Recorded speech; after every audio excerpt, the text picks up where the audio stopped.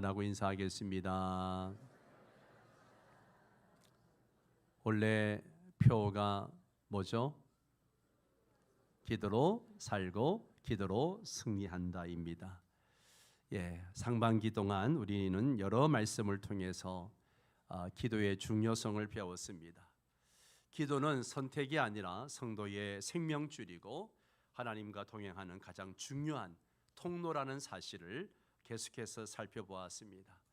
이제 하반기에는 한 걸음 더 나아가고자 합니다.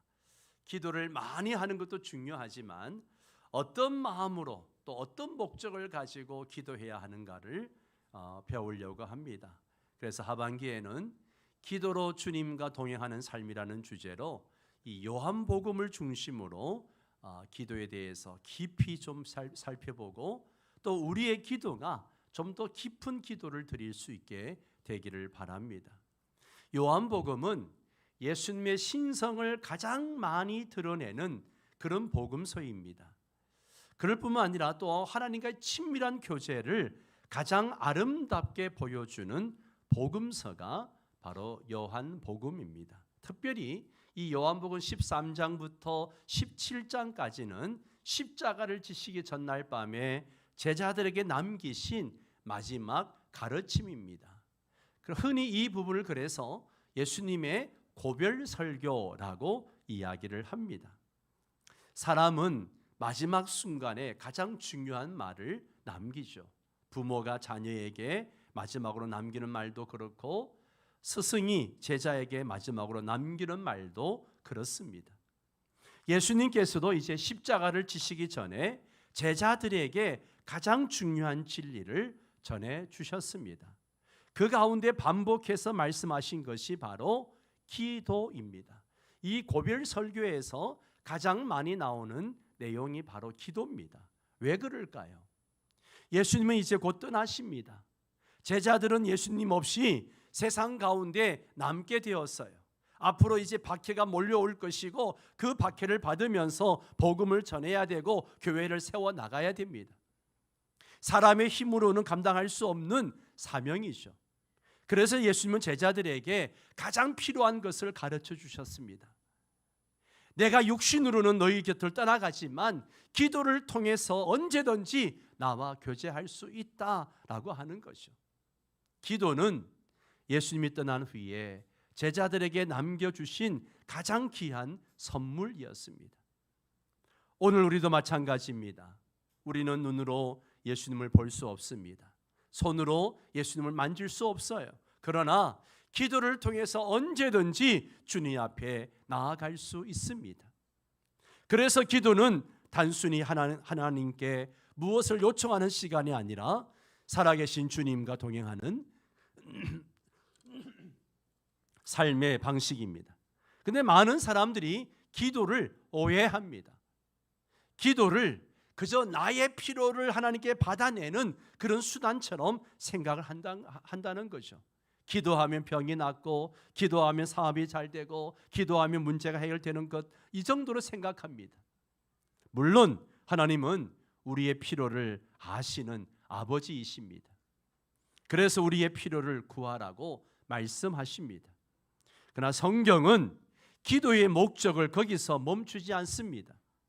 오늘 본문에서 예수님은 기도의 가장 중요한 목적을 아주 한 문장으로 말씀하십니다. 한 말씀을 같이 읽어볼까요? 이는 아버지로 하여금 아들로 말미암아 영광을 받으시게 하려 함이라. 아멘.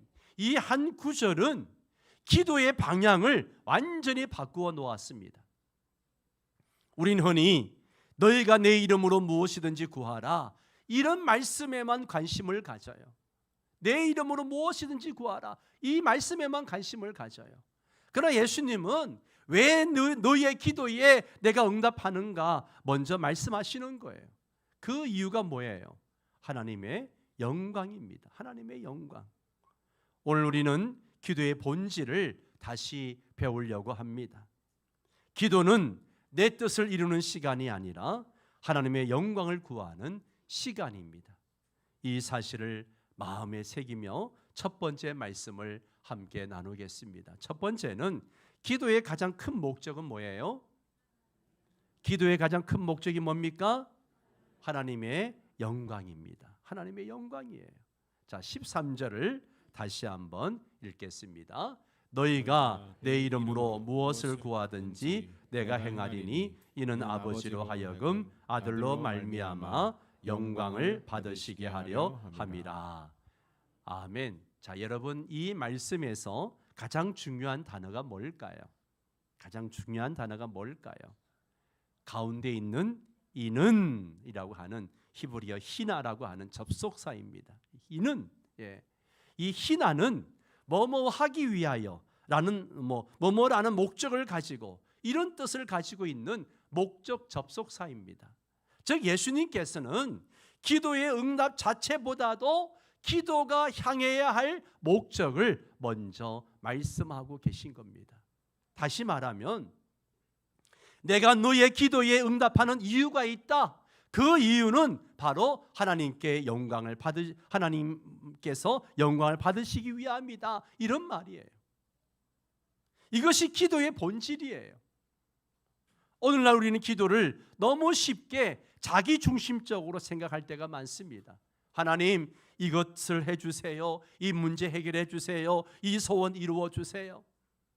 물론 그런 기도도 필요합니다. 그런 기도도 필요해요. 하나님은 우리 아버지이시기 때문에 우리의 필요를 구하는 것을 기뻐하십니다. 그러나 거기서 한 걸음 더 나아가야 합니다. 한 걸음 더 나아가야 돼요. 이 일을 통해서 하나님께서 영광을 받으시게 하옵소서. 나의 건강을 위해 기도한다 할지라도 이 건강을 통해서 하나님 영광 받아 주시옵소서. 물질을 구하는 것에서도 마찬가지예요. 내가 잘 먹고 잘 살기 위해서 물질을 구하는 것이 아니라 하나님의 영광을 위해서 내가 나에게 물질을 주시옵소서 기도할 수 있어야 됩니다. 이것이 예수님께 가르치신 기도입니다. 예수님의 삶을 보세요. 예수님의 삶은요, 하나님의 영광을 위한 삶이었습니다.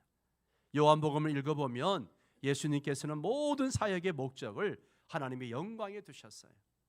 가나의 혼인잔치에서 물을 포도주로 바꾸신 첫 번째 표적은요, 단순히 잔치를 살리기 위한 것이 아니었어요. 요한복음 2장 11절에 이렇게 말합니다.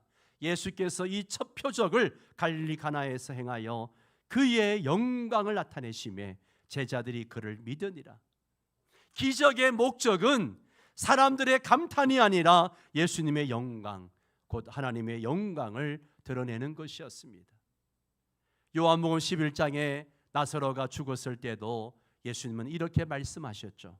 이 병은 죽을 병이 아니라 하나님의 영광을 위함이라. 그렇게 말했습니다. 나사로를 살리신 이유도 하나님의 영광 때문이었습니다. 십자가를 앞두고 예수님은 이렇게 기도하셨습니다. 요한복음 17장 1절에 아버지여 때가 이르렀사오니 아들을 영화롭게 하사 아들로 아버지를 영화롭게 하게 하옵소서. 예수님의 공생애는요, 처음부터 마지막까지 하나님의 영광을 위한 삶이었다는 거예요. 그리고 이제 제자들에게 동일한 삶을 요구하십니다. 너희도 하나님의 영광을 위해 기도해라. 너희도 하나님의 영광을 위해 기도해라. 여러분, 하나님의 영광이란 무엇일까요? 하나님의 영광이란 뭘까요? 성경에서 영광은 단순히 하나님을 찬양하는 것만 의미하지 않습니다. 하나님의 영광은요, 하나님의 거룩하심과 하나님의 능력과 하나님의 그 사랑과 신실하심이 드러나는 것을 영광이라고 말하는 것입니다. 그러므로 하나님께 영광 돌린다는 것은 하나님을 가장 존귀한 분으로 인정하고 우리의 삶을 통해 하나님의 성품이 나타나게 하는 것입니다. 기도는 바로 그 일을 위한 통로라는 거예요. 기도를 통해서 우리 삶 속에서 하나님의 능력이 나타나고, 기도를 통해서 하나님의 사랑이 드러나고, 기도를 통해서 하나님의 신실하심이 증거되어질 때 하나님께서 영광을 받으시는 겁니다. 그렇기 때문에 우리의 기도가 바뀌어야 합니다. 많은 경우 우리는 결과만 구합니다. 하나님 건강하게 해주세요. 경제적으로 형통하게 해주세요. 우리 자녀 잘 되게 해주세요. 취업과 이직이 잘 되게 해주세요. 시험에 합격하게 해주세요. 그렇게 구합니다. 그러나 한 걸음 더 나아가서 이렇게 기도해야 됩니다. 하나님, 제 건강을 통해서 하나님께 영광이 나타나게 하여 주옵소서. 우리 가정이 잘 되어서 하나님의 살아계심을 증거하게 하옵소서. 우리 자녀가 성공하는 것보다 하나님을 영화롭게 하는 사람이 되게 하여 주옵소서. 기도의 중심이요, 나에게서 하나님에게로 옮겨질 때 우리 기도는 성숙해지는 겁니다.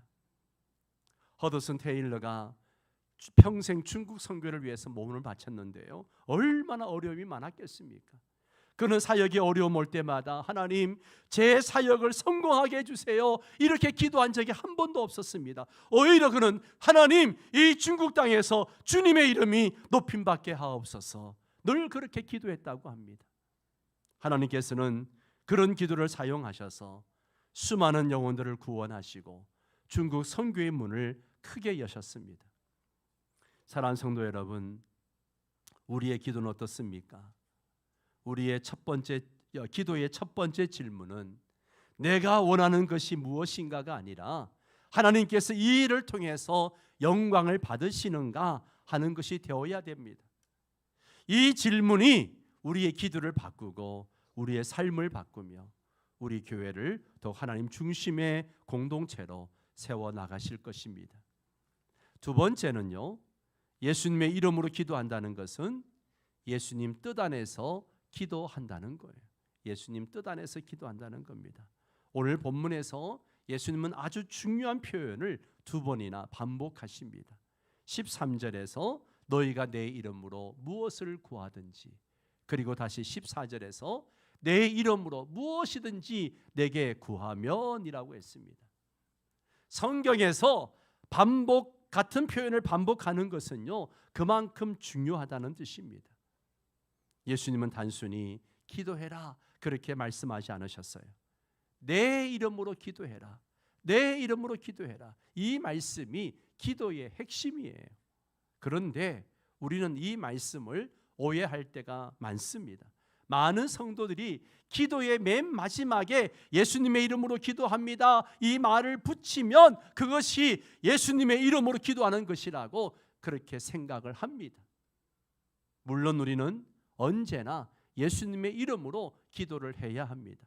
그러나 예수님께서 말씀하신 내 이름으로 기도해라, 이 말씀은요, 단순히 기도의 마지막 공식을 얘기하는 게 아니에요.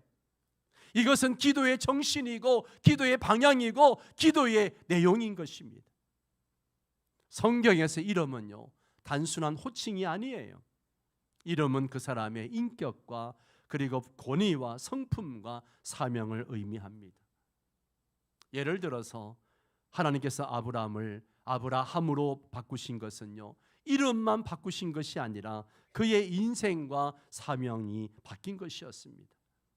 야곱이 이스라엘이 된 것도 마찬가지예요. 그 이름이 곧 그 사람 자신을 의미합니다. 그러므로 예수님의 이름으로 기도한다는 말은요, 예수님의 권세를 의지하고 예수님의 성품을 닮으며 예수님의 뜻을 따라서 예수님의 마음으로 기도한다는 그런 뜻입니다.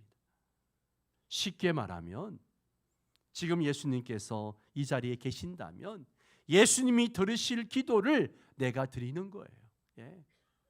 그래서 예수님의 이름으로 기도드리는 것은 점점 예수님의 마음을 닮아가는 것을 의미하는 겁니다. 왜 우리는 예수님의 이름으로 기도해야 할까요? 죄인이 거룩하신 하나님 앞에 직접 나아갈 수 없기 때문입니다. 구약 시대에는 대제사장이 1년에 한 번 지성소에 들어갔습니다. 그것도 희생 제물의 피를 가지고 들어갔어요.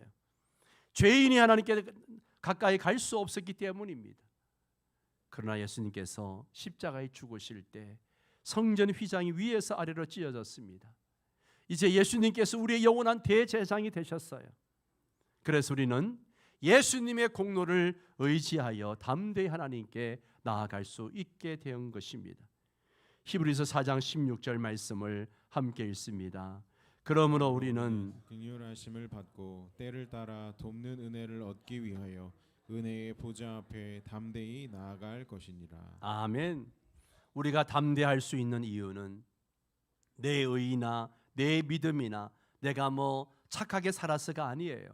오직 십자가의 은혜 때문입니다. 그래서 우리 기도는 언제나 자기 공로가 아니라 예수님의 은혜를 붙드는 마음의 믿음의 행위인 것입니다. 여기서 가장 중요한 사실이 있습니다. 예수님의 이름으로 기도한다는 것은 내 뜻을 이루기 위해서 예수님의 이름을 이용하는 것이 아니라 예수님의 뜻을 이루기 위해서 내가 사용되어지는 겁니다. 내가 사용되어지는 거예요. 이 차이가 굉장히 중요합니다. 오늘날 신앙생활에서 가장 많이 오해하는 부분이 바로 이것입니다. 어떤 사람들은 무엇이든지 구하면 다 응답해 주신다, 이 말씀만 붙잡습니다. 그러나 예수님은 내 이름으로 라는 조건을 먼저 말씀하셨어요. 이 조건을 빼버리면 기도는 신앙이 아니라 욕망을 채우는 수단이 됩니다. 그래서 하나님은 우리의 모든 기도를 그대로 다 들어주시는 것이 아니라 하나님의 뜻에 맞는 기도에 응답해 주십니다. 사도 요한이 나중에 말년에 요한일서를 기록할 때에 이런 말을 했습니다. 같이 읽을까요? 그의 뜻대로 무엇을 구하면 들으십니다. 요한복음을 기록했던 이 요한이 말년에 이런 말씀을 했다는 것은요, 이 말씀을 평생 기억하고 있었다는 거예요. 내 이름으로 기도해라, 이것을 평생 기억하고 있었다는 거예요. 기도는 하나님의 뜻을 바꾸는 것이 아니라 내 마음이 하나님의 뜻에 맞추어지는 과정입니다. 사랑하는 성도 여러분, 우리는 기도하면서 내 계획을 하나님께 허락받으러 하기보다는 하나님의 계획을 내 삶에 이루어 달라고 기도해야 됩니다. 여러분, 기도가 깊어질수록 내용이 달라집니다. 신앙이 어릴 때는 기도의 대부분이 뭐뭐 해주세요입니다. 건강 주세요, 복 주세요, 합격하게 해주세요, 공부 잘하게 해주세요. 예. 그런데 믿음이 자라면요, 기도 내용이 달라지는 거죠. 하나님, 제가 어디에 있든지 하나님을 기쁘시게 하게 하여 주옵소서. 제 삶을 사용하여 주옵소서. 주님의 뜻이라면 내가 기다리겠습니다. 이런 기도가 많아지는 거죠. 기도가 성숙해진다는 것은 말이 길어졌다는 뜻이 아닙니다. 내 욕심이 줄어들고 하나님의 뜻이 커졌다는 그런 뜻입니다. 여러분, 우리의 기도를 점검해 봐야 합니다. 우리는 얼마나 자주 하나님께 계획을 보고하고 허락만 받으려고 합니까? 이미 결정을 다 해놓고 하나님 축복해 주세요, 그렇게 기도하고 있지는 않습니까? 성숙한 기도는 먼저 묻습니다. 주님, 무엇을 원하십니까? 주님, 제가 어디로 가기를 원하십니까? 주님, 제가 무엇을 내려놓기를 원하십니까? 이 질문이 많아질수록 기도는 깊어지고 신앙은 성숙해집니다. 사랑하는 성도 여러분, 예수님의 이름으로 기도한다는 것은 단순히 기도의 그 끝맺음에 예수님의 이름을 사용하는 것을 의미하는 게 아니에요. 그것은 예수님의 십자가의 은혜를 의지하여 하나님께 담대히 나아가는 것이며 예수님의 성품과 뜻을 따라서 하나님의 영광을 구하는 삶의 태도인 것입니다. 마지막 세 번째로, 하나님은 하나님의 영광을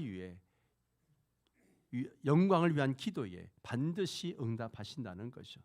이제 마지막 14절 말씀을 함께 읽겠습니다. 내 이름으로 무엇이든지 내게 구하면 내가 행하리라. 아멘. 자, 이 말씀은 성경에서 가장 강력한 기도의 약속 가운데 하나입니다. 예수님 말씀하시죠. 마지막에 뭐라 그래요? 내가 행하리라.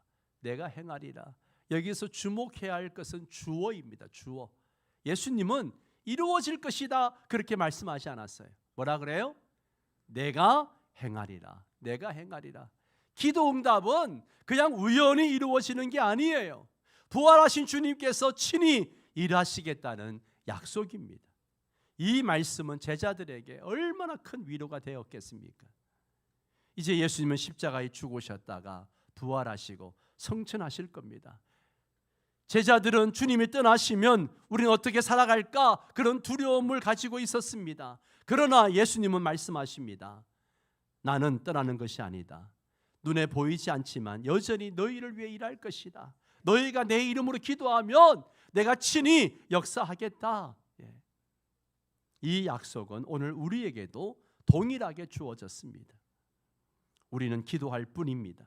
그러나 응답하시고 역사하시는 분은 지금도 살아계신 우리 주 예수 그리스도이십니다. 우린 종종 기도하면서 이렇게 생각하죠. 왜 하나님은 내 기도에 빨리 응답하지 않으실까? 왜 내가 원하는 방법대로 응답하지 않으실까? 그러나 하나님은 우리의 소원을 이루어 주시는 분이시기 전에 자신의 영광을 나타내신 하나님이십니다. 여러분, 하나님께서 우리의 기도를 들으실 때 두 가지를 함께 보십니다. 굉장히 중요합니다. 두 가지를 함께 보세요. 첫 번째는 뭔가 하면 나의 필요를 보십니다. 나의 필요를 보세요. 두 번째는 하나님의 영광입니다. 하나님의 영광입니다. 때로 내가 원하는 것이 지금 이루어지는 것이 하나님의 영광이 아닐 수도 있어요. 그래서 하나님은 기다리게 하십니다. 당장 응답해 주지 않아요. 때로는 내가 계획한 길이 아니라 더 좋은 길로 인도하시기도 합니다. 우리는 지도를 보고 있지만 하나님은 전체를 보십니다. 우리는 오늘만 보지만 하나님은 평생과 영원을 보십니다. 그렇기 때문에 하나님의 응답은요, 언제나 가장 선하십니다. 로마서 8장 28절 말씀 함께 읽습니다. 하나님을 사랑하는 자 곧 그의 뜻대로 부르심을 입은 자들에게는 모든 것이 합력하여 선을 이루느니라. 아멘. 내가 생각하는 선과 하나님이 이루시는 선은 다를 수 있어요. 그러나 하나님의 선은 언제나 하나님의 영광과 나의 유익을 함께 이루는 선이라는 것을 기억해야 됩니다. 성경에는 하나님의 영광을 위한 기도가 굉장히 많이 나옵니다. 이스라엘 백성들이 금송아지를 만들어 하나님을 배반했을 때 하나님께서는 그들을 심판하시겠다고 말씀하셨습니다. 그때 모세는 이렇게 기도했습니다. 하나님, 이 백성을 멸하시면 저 애굽 사람들이 뭐라고 하겠습니까? 모세는 자신의 체면을 위해 기도하지 않았어요. 이스라엘의 안락함을 위해 기도하지 않았습니다. 하나님의 이름과 하나님의 영광을 위해 기도했습니다. 갈멜산에서 엘리야는 바알 선지자 450명과 맞섰습니다. 그는 이렇게 기도합니다. 여호와여, 이 백성에게 주 여호와는 하나님이신 것을 알게 하옵소서. 엘리야의 기도의 중심도 제가 위대한 선지자임을 보여주십시오, 그렇게 하지 않았습니다. 하나님이 참 하나님이심을 나타내 주십시오. 그리고 하나님은 하늘에서 불로 응답하셨습니다. 왜 그렇습니까? 하나님의 영광이 걸려 있었기 때문이죠. 사도행전 4장을 보면 사도들이 핍박을 받은 후에 모여서 기도합니다. 그 놀라운 것은요, 그들은 박해를 없애주세요, 구원해주세요 기도하지 않았어요. 오히려 더 담대하게 복음을 전하게 하여 주옵소서, 그렇게 기도했습니다. 그 결과 성령께서 충만하게 임하셨고 복음은 더욱 힘있게 전파되어졌습니다. 하나님의 영광을 위한 기도에는 항상 하나님의 능력이 함께 했습니다. 사랑하는 성도 여러분, 이제 우리의 기도는 바뀌어야 합니다. 그저 교회가 커지게 하여 주옵소서보다도 하나님의 이름이 높아지는 교회가 되게 하여 주옵소서. 가정을 기도할 때도 우리 가정 잘되게 하여 주옵소서보다도 우리 가정을 통해서 예수님이 드러나게 하여 주옵소서. 내 직장과 사업이 형통하게 하여 주옵소서, 그렇게 기도하기보다도 내 직장과 사업을 통해서 하나님께 영광 돌리게 하옵소서. 내 자녀가 성공하게 하옵소서보다도 우리 자녀가 하나님을 영화롭게 하는 사람이 되게 하여 주옵소서. 기도의 목적이 달라질 때 우리의 삶도 달라지고 가정도 달라지고 교회도 달라지는 줄 믿습니다. 사랑하는 성도 여러분, 예수님께서 가르쳐주신 기도의 첫 번째 원리를 우리는 함께 배웠습니다. 기도는 단순히 원하는 것을 얻는 시간이 아니라 하나님의 영광을 구하는 시간입니다. 예수님의 이름으로 기도한다는 것은 예수님의 뜻을 따라 기도하는 겁니다. 그리고 하나님은 자신의 영광을 위한 기도에 반드시 응답하십니다. 기도는 하나님의 뜻을 내 뜻에 맞추는 것이 아니라 내 뜻을 하나님의 뜻에 맞추는 시간입니다. 기도는 내 영광을 구하는 자리가 아니라 하나님의 영광을 가장 먼저 구하는 자리입니다. 여러분, 하반기를 시작하는 이 첫 시간에 우리의 기도가 새로워지기를 바랍니다. 아침에 눈을 뜰 때도, 가정을 위해 기도할 때도, 자녀들을 위해 기도할 때에도, 교회를 위해 기도할 때에도 먼저 이렇게 기도합시다. 하나님, 이 일을 통해서 하나님께 영광을 돌리게 하여 주옵소서. 이 한마디의 기도가 우리의 삶을 바꾸고 우리 가정을 바꾸고 교회를 바꾸는 기도가 될 줄 믿습니다. 그리고 그때 우리는 원래 표처럼 기도로 살고 기도로 승리하는 삶을 경험하게 될 것입니다. 주님께서 우리의 기도를 들으시고 우리의 삶을 통해 하나님의 영광을 나타내시는 복된 하반기가 되기를 주의 이름으로 축원합니다. 다 함께 일어나셔서